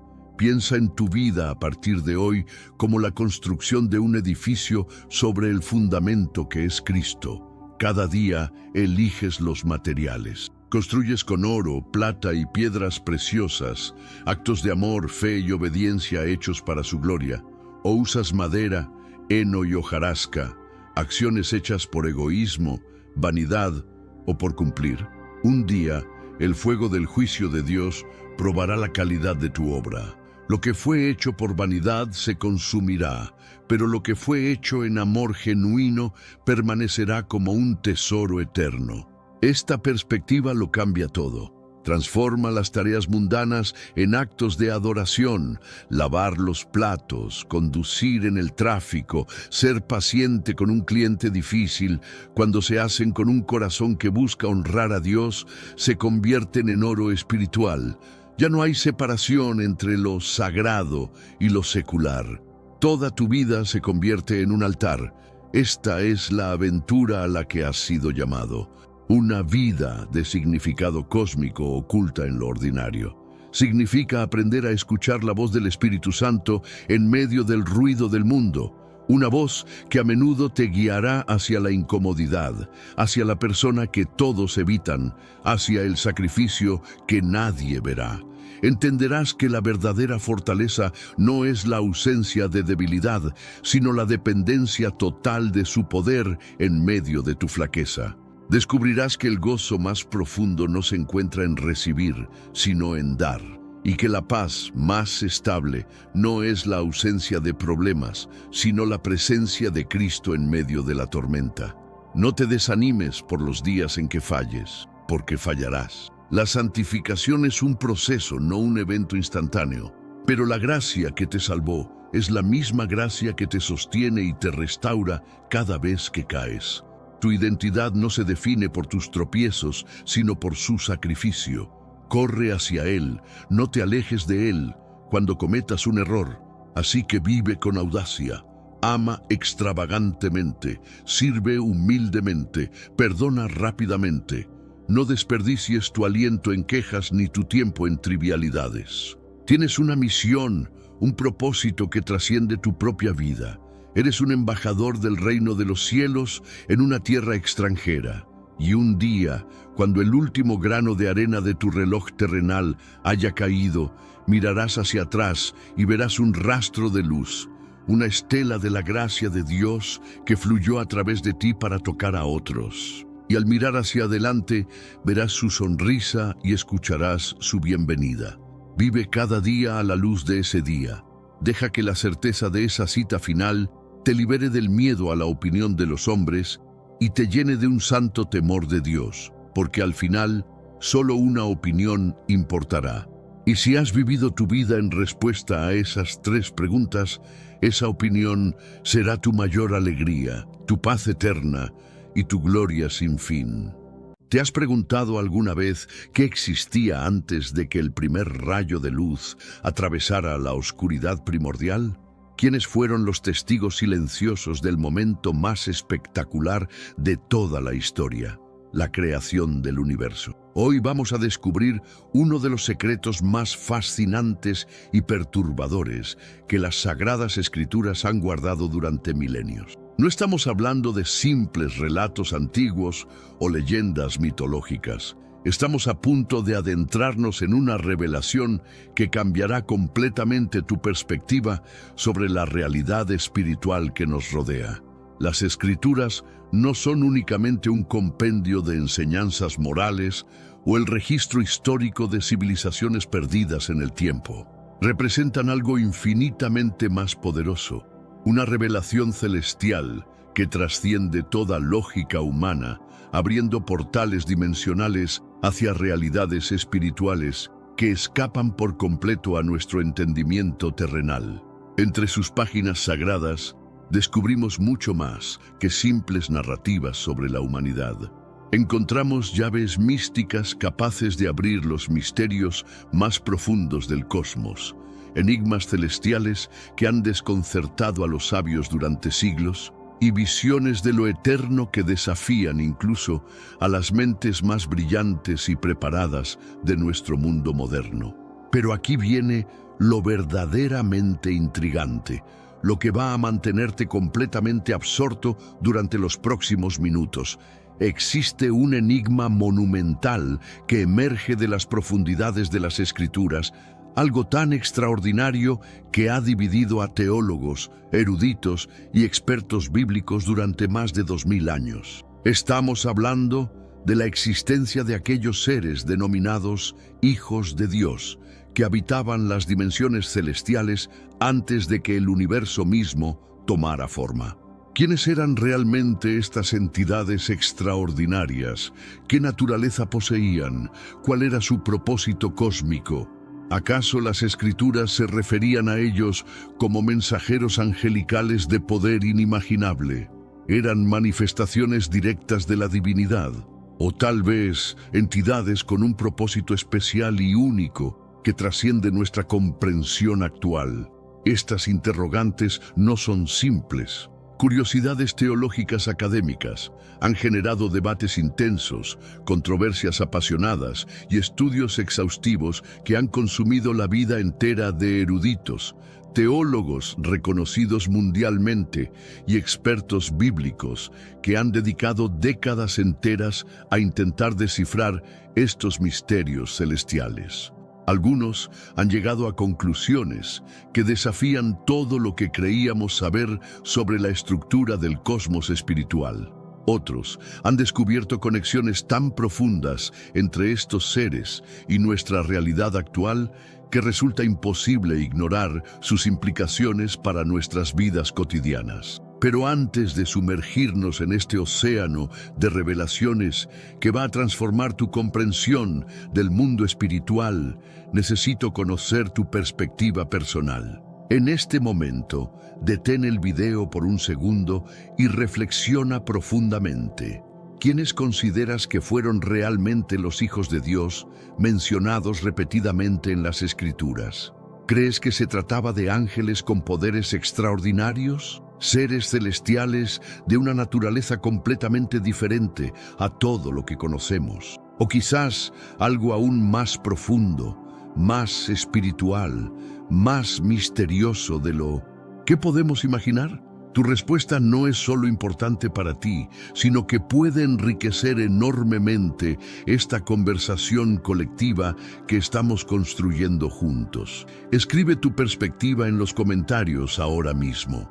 Tu participación activa puede abrir nuevas dimensiones de comprensión y ofrecer perspectivas únicas para miles de personas que, como tú, buscan respuestas a estas interrogantes eternas que han fascinado a la humanidad durante milenios. Ahora, prepárate para un viaje que va a desafiar todo lo que pensabas que sabías sobre el origen de la realidad. Vamos a comenzar desde el punto más fundamental, el momento que marca el nacimiento mismo del tiempo tal como lo conocemos, Las Sagradas Escrituras inician con una declaración de poder absolutamente incomprensible para la mente humana. En el principio creó Dios los cielos y la tierra. Génesis 1:1. Estas 8 palabras en español, que parecen tan simples en la superficie, contienen en realidad una complejidad cósmica que los científicos modernos apenas están comenzando a vislumbrar. Este versículo no es simplemente el comienzo de una historia antigua. Es la descripción del momento más extraordinario que jamás haya existido.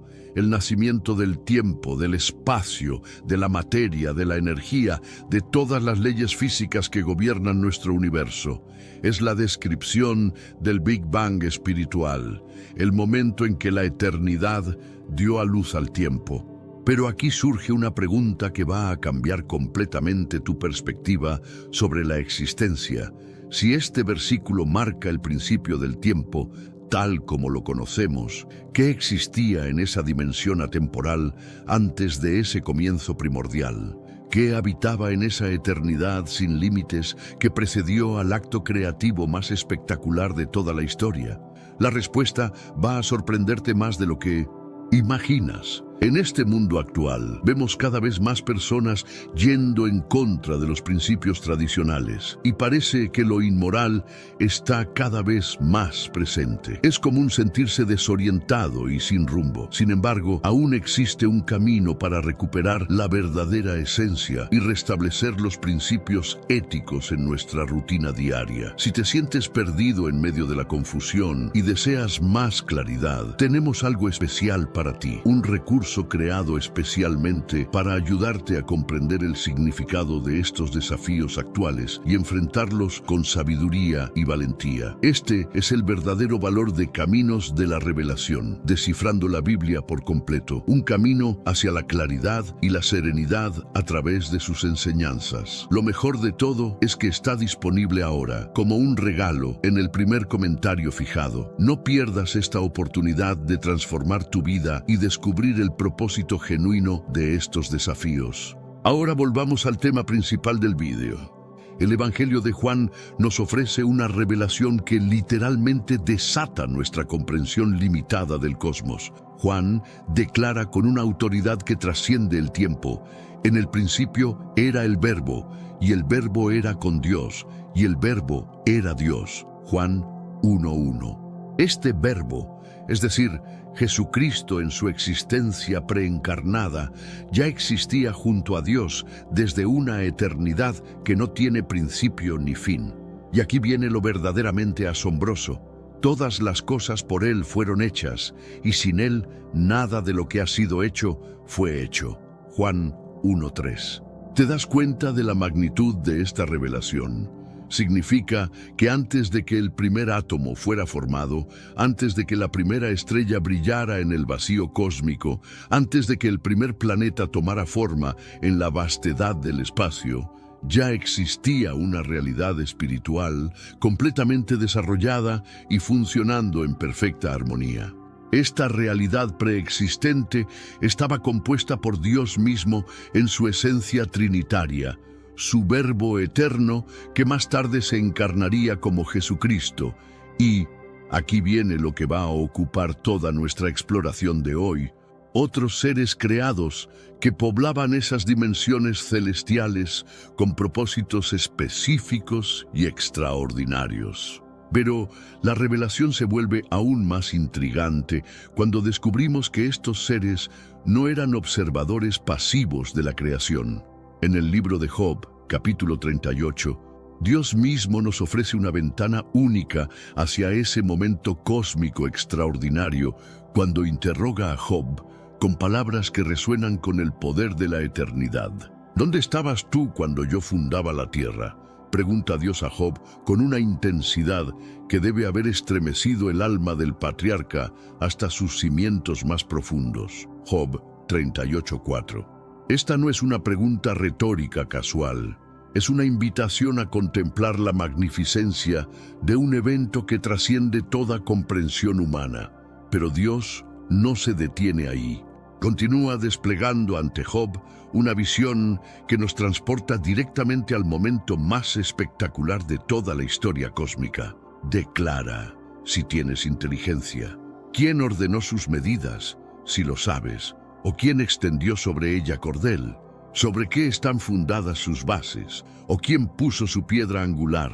Job 38, 5, 6. Y entonces viene la revelación, que va a cambiar todo lo que creías saber sobre quién presenció el acto creativo más extraordinario jamás realizado. Cuando alababan todas las estrellas del alba y se regocijaban todos los hijos de Dios. Job 38, 7. Detente por un momento y absorbe la magnitud de esta revelación. En el momento preciso en que Dios estaba estableciendo los fundamentos de la tierra, cuando estaba midiendo las dimensiones del cosmos, cuando estaba colocando la piedra angular de toda la creación física, no estaba solo. Había testigos. Había una audiencia celestial compuesta por seres extraordinarios que no solo observaban pasivamente, sino que participaban activamente en una sinfonía de adoración cósmica que debe haber resonado a través de todas las dimensiones de la realidad. Las estrellas del alba, una expresión poética que probablemente se refiere a seres angelicales de luz y pureza extraordinarias, cantaban con una armonía que debe haber superado toda música jamás creada. Y todos los hijos de Dios, aquí está la clave de nuestro misterio, se regocijaban con una alegría tan intensa que debe haber iluminado las dimensiones celestiales con un resplandor que trasciende toda descripción. Pero ¿quiénes eran exactamente estos hijos de Dios que presenciaron el espectáculo más grandioso de toda la eternidad? ¿Qué naturaleza poseían? ¿Cuál era su origen? ¿Por qué estaban allí? ¿Qué rol desempeñaban en el gran esquema cósmico de Dios? Estas preguntas han generado siglos de debate intenso y las respuestas que vamos a explorar juntos van a revelarte dimensiones de la realidad espiritual que probablemente nunca habías considerado. Pero antes, comparte este video con alguien a quien aprecias. Nuestra misión más grande en la tierra es difundir la palabra del Señor. ¿Sabías que muchas personas carecen de conocimientos por falta de contenido adecuado? Envíalo a ese grupo de WhatsApp o públicalo en Facebook. Estoy seguro de que no te arrepentirás. Y si te gustan videos como este, comenta abajo, quiero más. Así sabré si realmente lo disfrutas y definitivamente traeré contenido nuevo similar. La expresión hijos de Dios no aparece casualmente en las Escrituras. Se manifiesta en múltiples contextos a lo largo de toda la revelación bíblica, cada vez con matices y aplicaciones que añaden capas de complejidad a nuestro entendimiento. En algunos pasajes específicos, esta expresión se refiere inequívocamente a ángeles con poderes y autoridades extraordinarias. En otros contextos, describe a creyentes que han sido redimidos y transformados por la gracia divina, y en ocasiones especiales, incluso puede referirse a figuras humanas que han recibido autoridad espiritual directamente de Dios. Comprender estas diferentes aplicaciones no es solo un ejercicio académico, es absolutamente crucial para interpretar correctamente el significado profundo y las implicaciones transformadoras de este título en cada contexto bíblico específico. En el caso particular de Job 38.7, que estamos examinando con tanto detalle, existe un consenso extraordinariamente amplio entre eruditos de todas las tradiciones teológicas.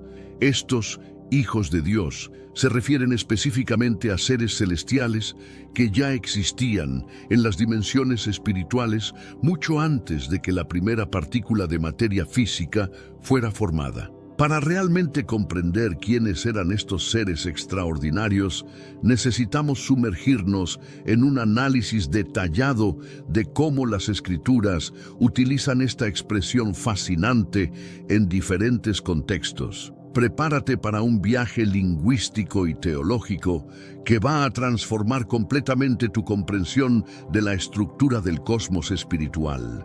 En los textos del Antiguo Testamento, encontramos referencias específicas que utilizan el término hijos de Dios, de maneras que no dejan lugar a dudas sobre su naturaleza celestial.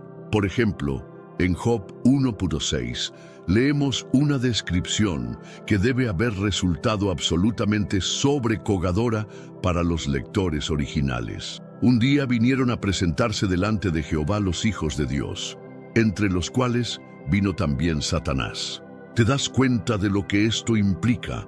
Estamos viendo aquí una reunión celestial, una especie de consejo cósmico donde seres espirituales de poder extraordinario se presentan directamente ante la presencia de Dios Todopoderoso. No estamos hablando de una metáfora o una alegoría. Estamos viendo una descripción literal de eventos que ocurren en dimensiones espirituales que operan paralelas a nuestra realidad física.